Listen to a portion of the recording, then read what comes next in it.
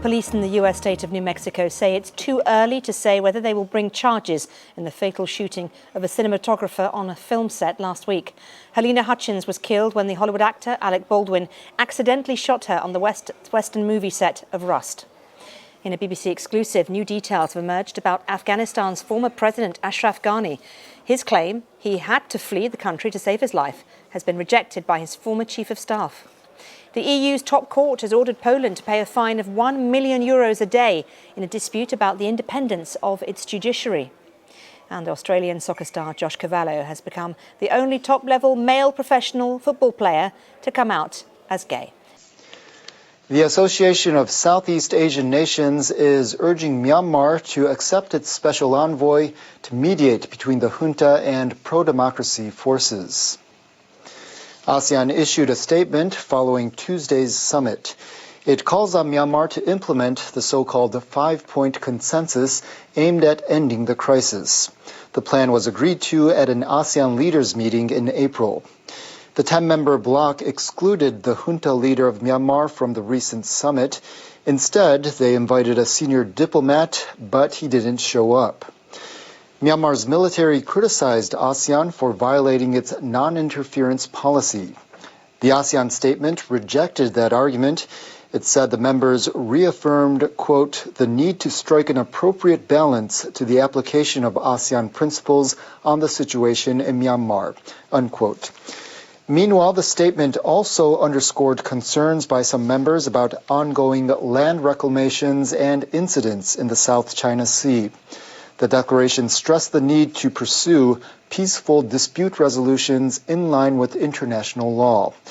No country is named in the document, but it is apparently aimed at China. Japanese Prime Minister Kishida Fumio has promised to step up cooperation with ASEAN on a wide range of issues. These include fighting climate change and strengthening supply chains. Kishida joined ASEAN leaders in an online summit on Wednesday. Kishida vowed to work with the members to strongly promote efforts to realize a free and open Indo-Pacific. He explained that Japan has offered more than $280 million in grant aid to help ASEAN fight the coronavirus through vaccines.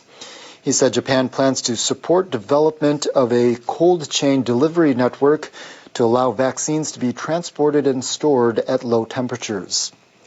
Kishida also pledged post-coronavirus cooperation on issues such as development of clean energy.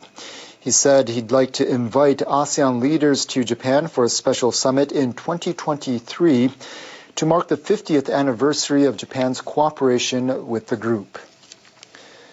Meanwhile, Australian Prime Minister Scott Morrison is seeking to reassure ASEAN about the new AUKUS security pact with the United States and Britain. AUKUS is seen as a counter to China's expanding maritime activities. Australia plans to develop a fleet of nuclear-powered submarines through the partnership. ASEAN members are concerned the pact could heighten tensions in the region.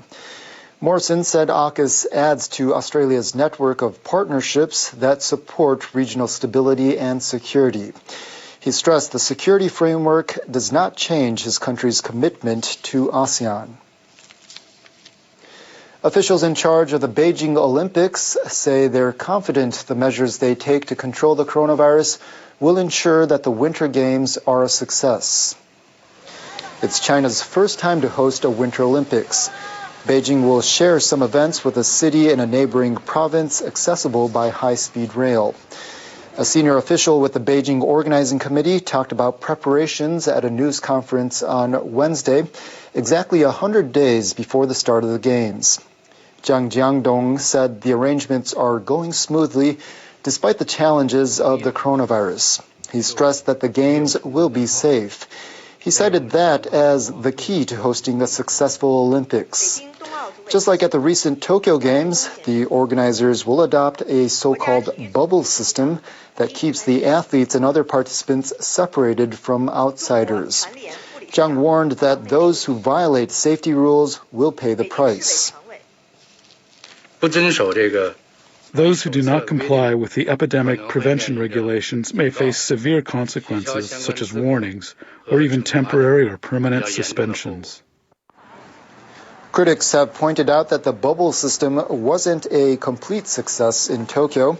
Some of the participants broke the rules to mingle with the general public.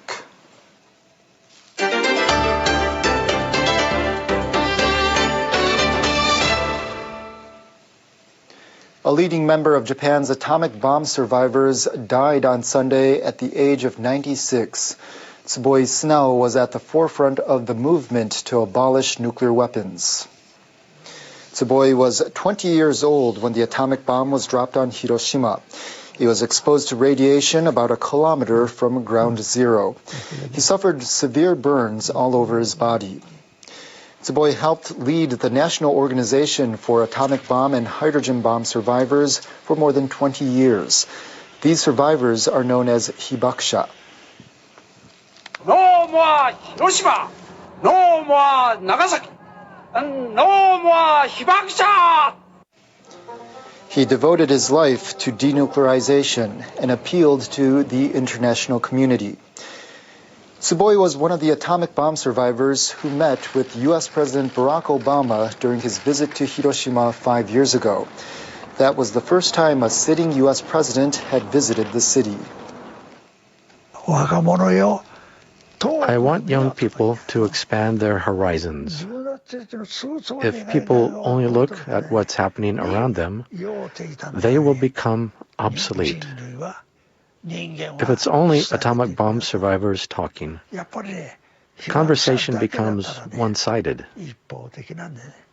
It's an issue not only for those who suffered, but one that should involve other people. Many people are mourning his loss. His existence was like a huge tree, and it's now gone. It's as sad as losing a parent. Tsuboi has shown through his presence, his posture, and his face that nuclear weapons are a problem for the human race. Tsuboi spent his life fighting a growing problem. The world now has an estimated 13,000 nuclear warheads. Massive amounts of seaborne pumice stones are disrupting Okinawa's fishing and tourism industries. The southwestern Japanese prefecture has set up a task force to deal with the marine headache. Fishermen have been forced to stay in port to avoid getting the floating pumice in their ships' engines. Officials on Monday said about 750 vessels from 35 fishing co-ops called off their expeditions. Our ships break if we take them out. It is a very critical issue. The stones are from an undersea volcano that erupted in August. It sits along the Ogasawara Island chain in the Pacific Ocean, roughly 1,500 kilometers south of the main Japanese archipelago. The task force to remove the pumice met for the first time on Wednesday. The members agreed to waste no time in getting the work started. We need the full cooperation of all the relevant sectors. I urge every party concerned to take necessary steps as quickly as possible. The task force plans to tap the government's disaster relief program. It hopes to arrange for contractors to start the process of removing the pumice from ports this week. Major League Baseball's spotlight is once again on Ohtani Shohei. His Los Angeles Angels aren't playing in the World Series, but Ohtani has received the Commissioner's Historic Achievement Award for his two-way performance this season. The honor was given for the first time in 7 years. This award is not given out every year, so it's a real honor for me. I'm not sure if I really deserve it, but I'm really happy to receive it. I think the most important thing is to keep playing the games.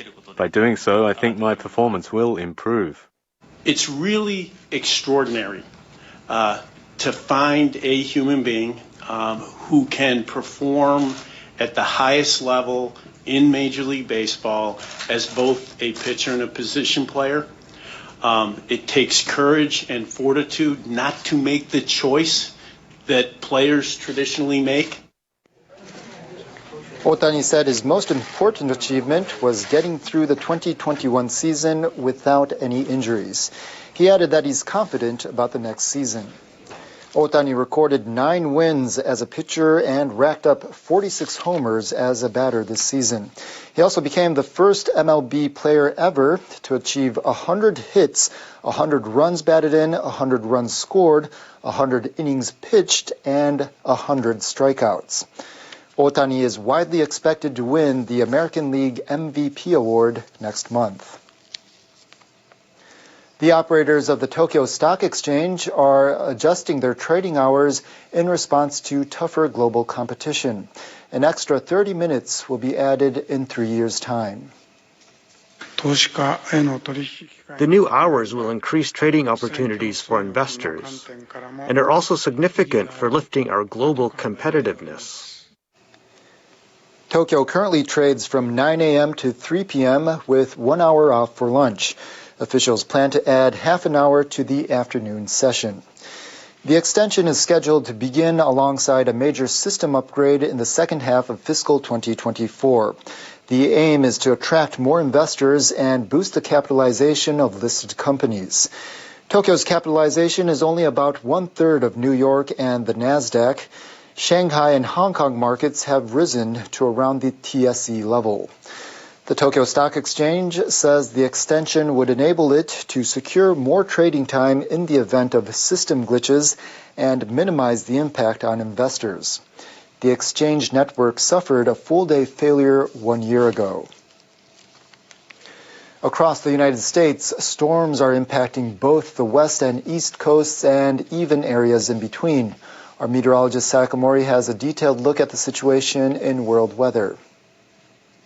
Hello there. A succession of low-pressure systems has been bringing rough weather to many places of the United States. On Sunday, the west coast of the United States saw record heavy rainfall, and Blue Canyon in California saw about 270 millimeters of rain in 24 hours, making it the wettest October day on record. And thunderstorms hit Oklahoma. We have some video coming out of 2 places of the U.S. A series of storms have swept across California, bringing heavy rainfall and strong winds. The wet weather has helped put out the wildfires, but it's also causing flooding and rock slides. Strong winds have also brought trees down on top of houses. As the storms moved across the United States, it's causing severe weather in the plains, including Oklahoma. Flashes of lightning were seen in the night sky, while pea-sized hail fell in parts of the state. Severe weather is expected along the Gulf Coast on Wednesday. There is a higher risk for severe thunderstorms in and around Louisiana. We have a low-pressure system near the northeast coast of the United States. This system will continue to bring strong northeasterly winds as well as wet weather to the northeastern U.S. into Wednesday. And then we have another Pacific storm aiming for the west coast. Temperatures are going to be in the teens in Oklahoma City. Washington could see rainy weather on Thursday, but it's hot and sunny in Los Angeles with a high of 29 degrees. Meanwhile, across the western Pacific, we have been monitoring this system called Malo. This system will likely hit the Ogasawa Island as the 4th named storm to do so of the year.